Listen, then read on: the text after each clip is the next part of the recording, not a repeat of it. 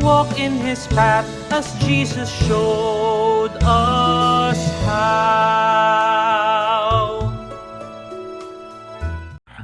Magandang araw po sa ating lahat. Pagpalain tayo ng Diyos sa ating pong patuloy na pagninilay ukol sa buhay Kristiyano. Ating pong sisikaping bigyang nilay sumandali ang ikalimang talata ng ikatlong kabanata ng ikalawang sulat ni San Pablo sa mga taga-Tesalonika.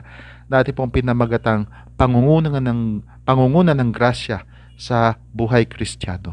No? Ito po ay galing sa Magandang Balita Biblia at dito po ay nasusulat, patnubayan nawa kayo ng Panginoon upang lalo ninyong maunawaan na kayo ay mahal ng Diyos at si Kristo ang nagpapatatag sa inyo. Ano po itong patnubayan nawa kayo ng Panginoon?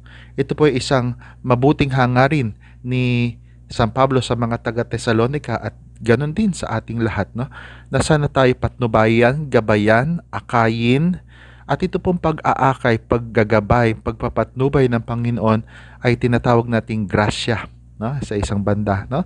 Pwede nating tawagin ito na pagpapala o di kaya ay biyaya, no? Sa pangkalahatang turing, no?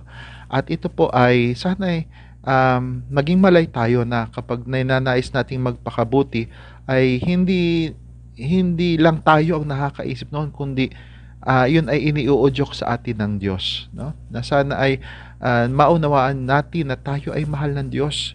Basic need po yan na kinakailangan ang tao ay magmahal at maging malay na may nagmamahal sa Kanya. Masaklap po yung isipin na parang walang nagmamahal sa akin, no? Ang pinaka nagmamahal sa atin at unang nagmamahal sa atin ay ang Panginoong Diyos. Kung kaya nga tayong lahat dito ay naririto ngayon dahil mahal tayo ng Diyos. At si Kristo ay nagpapatatag sa atin na sana hindi natin isipin na tayo iniiwan ni Kristo, no? Na sana lagi tayong kumapit sa tulong at kay Kristo sana tayo kumapit na siyang ating patnubay with a capital P. Pagpalain tayo ng Diyos. Walk in His path as Jesus showed us